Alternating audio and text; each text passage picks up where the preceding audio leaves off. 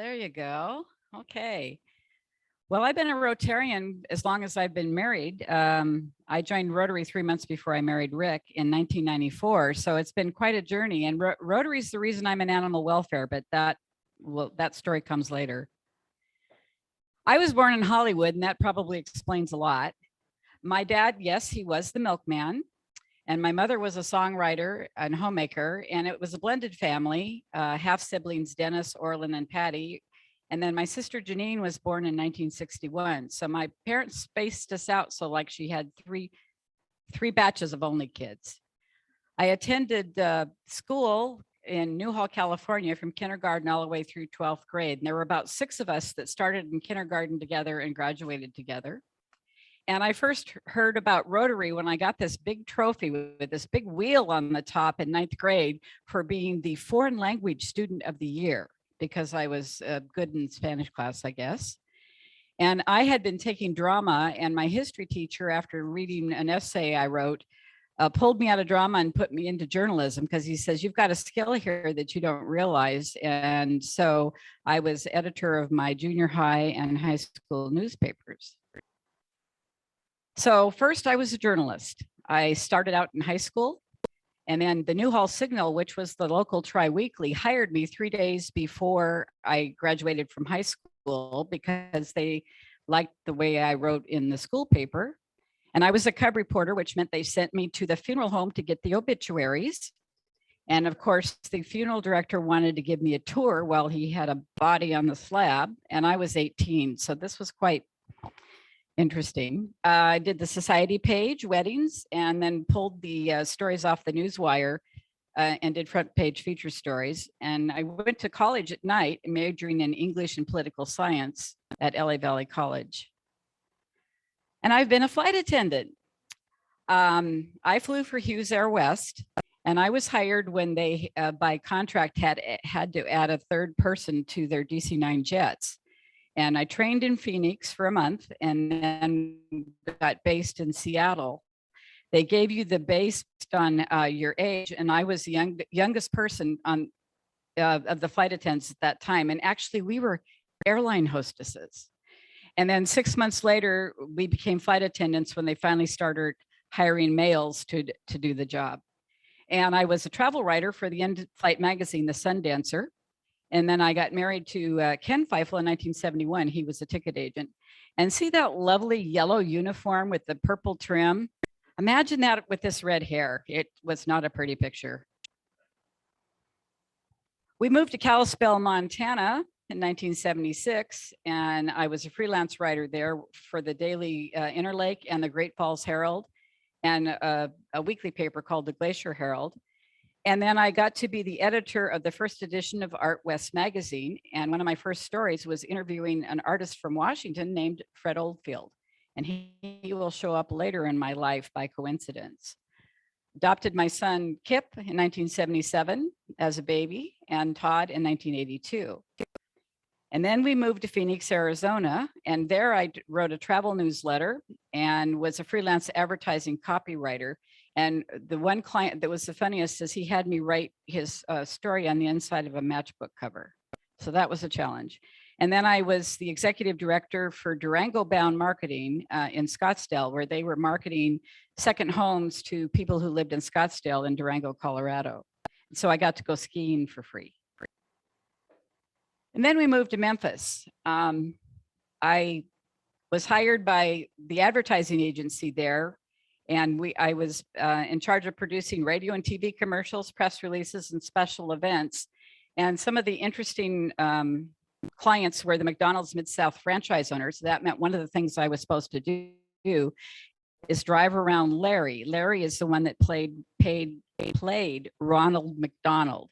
This guy was 6'6", and he was wackadoodle, and who else would want that job? But the really rewarding thing was we raised the money for the first Ronald McDonald House there in Memphis, and that's also where St. Jude's Children's Hospital is. And we did some stuff for Graceland Enterprises. A lot of people didn't realize that Elvis was very charitable, and he gave to the milk fund. He bought all the milk for the city school kids. And so that was, he did a they did a big thing out at the mansion to help raise the money. And I didn't have to ask for the money there. They had somebody else do that. And then we worked on a governor's campaign, Fob James for Georgia governor, and he owned a company called Diversified Products, which was exercise equipment. So of course we had the account to promote that. And because we worked with Mayor Dick Hackett, we got the Tennessee tourism account. So a lot of traveling. And then Forest City, Arkansas came to us because they had a public relations problem and they were trying to integrate their schools, but nobody wanted the Black kids to dance with the white kids.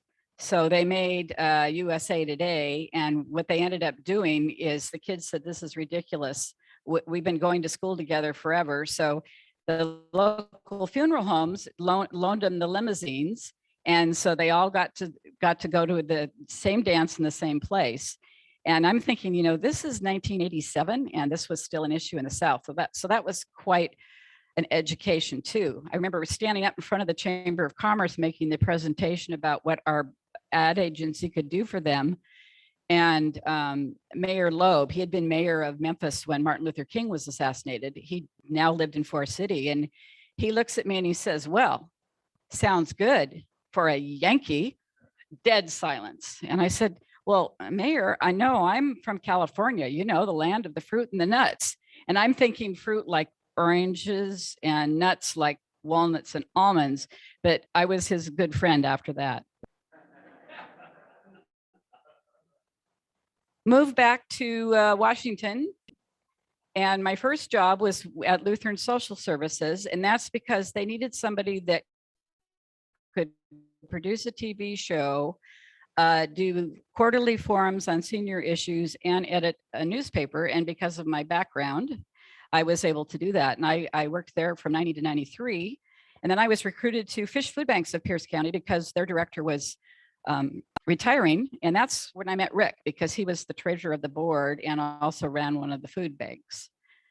I also worked at Point Defiant Zoo, the Humane Society, and my last job there before I moved up here was with the Salishan Association community.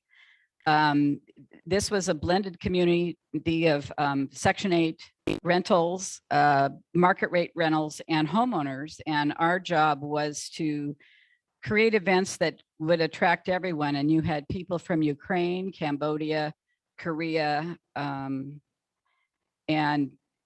African American and they were all together and trying to figure out what would be a common denominator. And we came up with a harvest festival and had each of them show what they had grown in the garden and how they would prepare it. And the Samoans were the greatest. They were the best volunteers and the happiest and the dancers.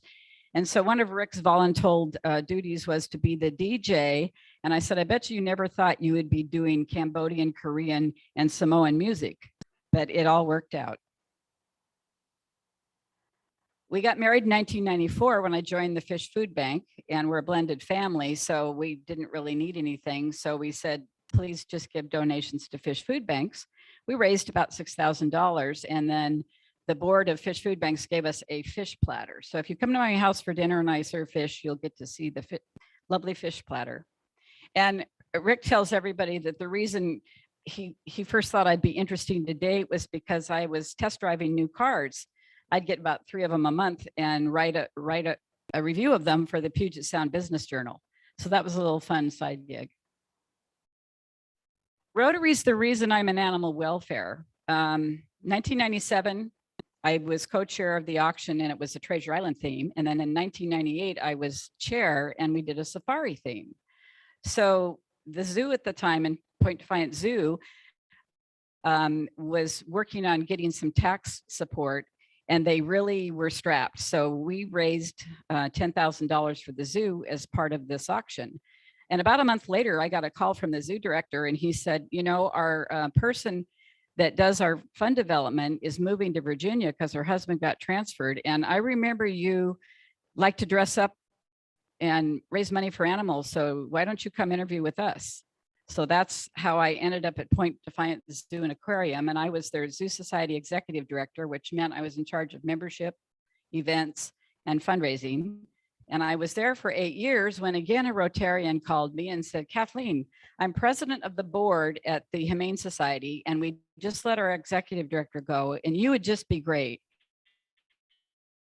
And I said, no, John, I'm really, really happy where I am. And he says, well, no, just think about it. And then 6 phone calls later, because he called all of the other Rotarians that were interested in the Humane Society, they convinced me to apply, and I was hired, and I worked there for 10 years. I was hired as the Perfect Pals executive director in December 19th of 2017, and our house closed in Glen Eagle February 8th of 2018. So that's what brought us here. I had been I told you, working at Salishan, and after working with people for just 7 months, I knew I wanted to go back to working with animals. Anybody in social services can understand. And currently, I'm on the Washington Federation of Animal Care and Control Agencies boards. If you've ever seen the license plates that say "We Love Pets," the proceeds from those go into a pool, and it's for spay-neuter surgeries. And the Federation is who doles out those grants. And I'm board secretary. And while I was gone last week doing my HSUS stint, they decided that I'm president in 2022. Don't ever leave the room when they're picking the officers. That's what happens. And then I'm a conference chair for the Association for Animal Welfare Advancement. I started in 2020 when we were going to meet in New Orleans, and that just didn't happen. We've done virtual conferences. So fingers crossed we get to be in Chicago and Austin, Texas next year for conferences. And then I'm a Humane Society of the United States Animal Rescue volunteer. And I was deployed just last week working with dogs from Korea.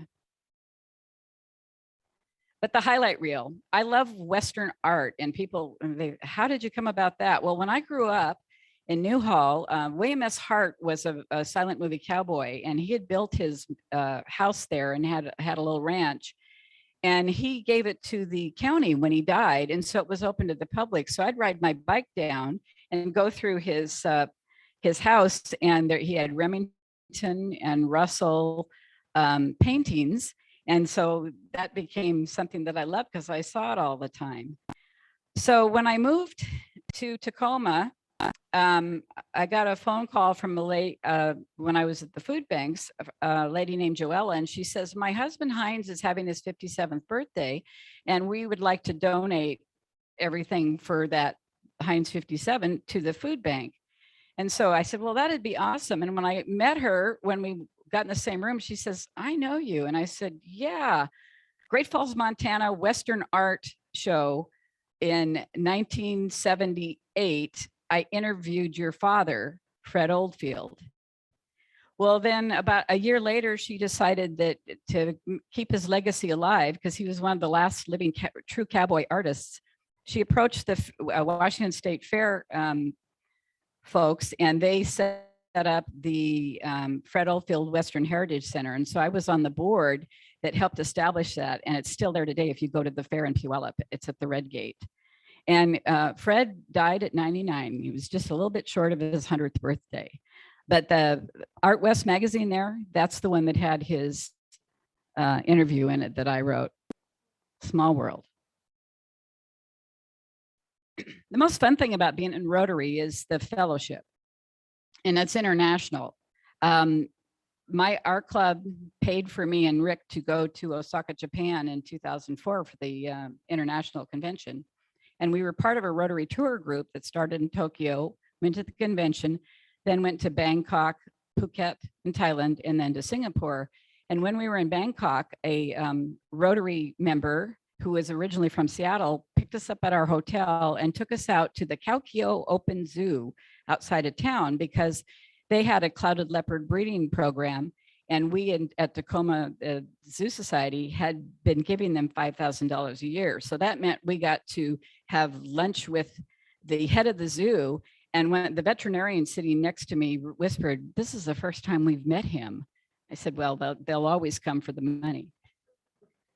And we also there was a group study exchange from South Africa that visited our club, and we hosted one of the gentlemen that was part of that exchange. And the coordinator, Frances, owned a lodge in South Africa. She says, if you're ever there, come visit us. Well, we got the chance to go and visit, and you'll see that we were at the White River, South Africa Rotary Club. Rick was in Sunrise Rotary, I was in Tacoma 8, and Bob Bowen was in Bellevue. So we had 3 Rotary Club representatives at their meeting. So travel adventures.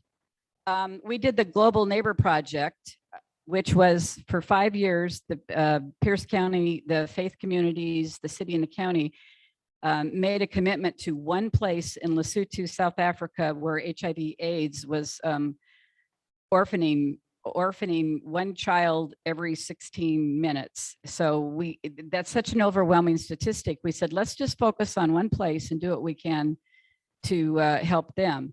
So we went in 2008 to sort of survey the villages and see what they needed. And also because I had gotten Mr. Warehouser to donate enough money to build desks for one of the schools, and we had to go take the pictures to make sure they really happened.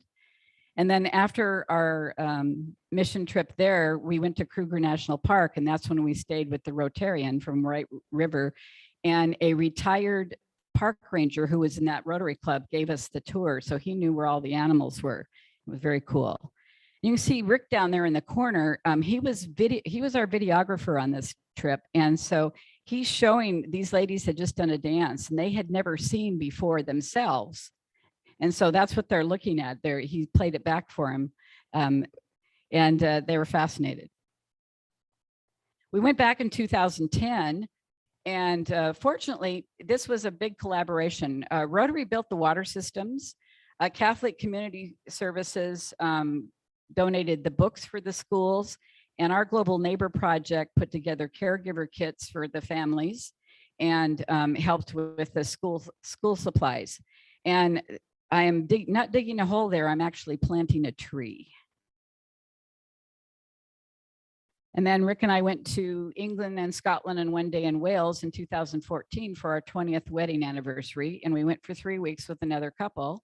And he's a big golfer. So we went to St. Andrew and we wanted to get him on the course. Unfortunately, there was an opening in a foursome at 1 p.m. So, and we'd gotten there at noon. So he whisked over to go golfing, and lo and behold, who's on the tee before them, but some people from Tacoma that he knew.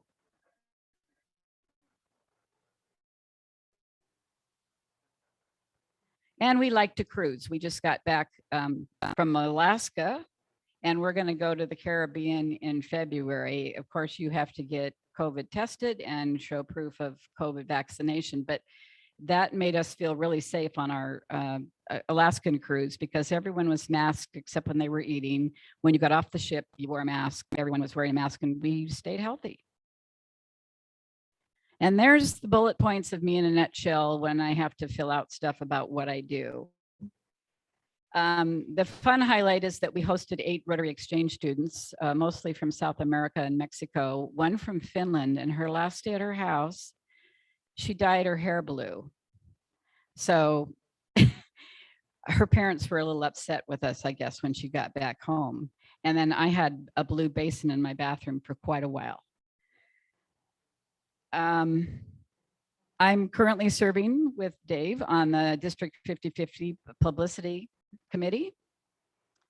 And I'm an animal lover, a movie buff, probably from being born in Hollywood, and a lot of the TV shows and movies are filmed out where I grew up because it's just 30 minutes from Burbank Studios. So that mystique of the movies, it's like, oh yeah, that's Pico Canyon. Piru Lake is always when there's a little lake. And the first one was Broderick Crawford Highway Patrol, where I got to meet Broderick Crawford, and I must have been maybe 6. That's really aging me, but you see the reruns on the old TV stations. So I'm an animal lover and I like to volunteer. I guess that's why I'm in Rotary. And I like to golf and read and travel. And the one thing I forgot to mention is that when I met Rick and we got married, it was a mixed marriage. He was in Kiwanis. So it took about 3 months to convince him that he needed to become a Rotarian, but he was in 3 different clubs while I was in Tacoma 8. And finally I said, this is killing us, going to double sets of auctions and fundraisers. So he joined Tacoma 8 2 years before we moved here. And that's me.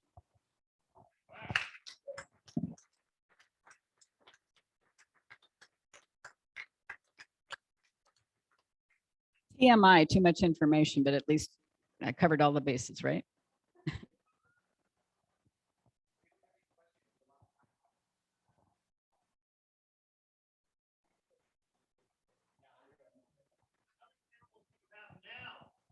I have 2 cats, a Chihuahua and a pit bull, and at work about 89 cats right now. That's enough, right? And then Rick feeds all the ducks. So we have 60 ducks that show up at our house twice a day. Hi. Say you're a movie buff. What's your favorite movie of all time? You're going to laugh when you hear Dirty Dancing. Okay. I love Patrick Swayze. So if I stand in a squatted position with my hands up in front of me, you know what to do. All right, let's give it up again for Kathleen. Thank you.